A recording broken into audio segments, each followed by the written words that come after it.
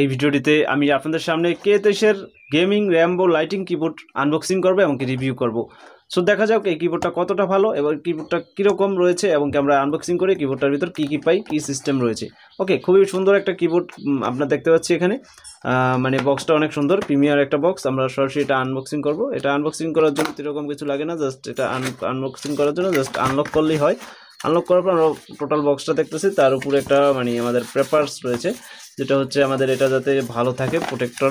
সেক্ষেত্রে আমরা যদি এটা খুলি, সম্পূর্ণ দেখতে পাচ্ছেন একটা কিবোর্ড কিন্তু আমাদের মাঝে বেরিয়ে আসলো। খুবই সুন্দর একটা কিবোর্ড আপনারা দেখতে পাচ্ছেন, খুবই সুন্দর। এটা লাইটিং সিস্টেমটা কিন্তু প্রত্যেকটা অক্ষরের উপরই কিন্তু লাইটিং সিস্টেম রয়েছে এবং নিচের দিকে যে দেখতেছেন লাইটিং সিস্টেমটা, ঠিক আছে।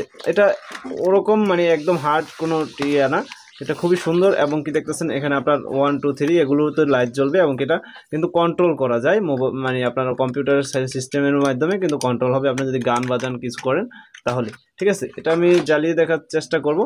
আচ্ছা, এখানে দেখেন দুইটাই রয়েছে, মানে এটা উঁচু করার জন্য খুবই সুন্দর।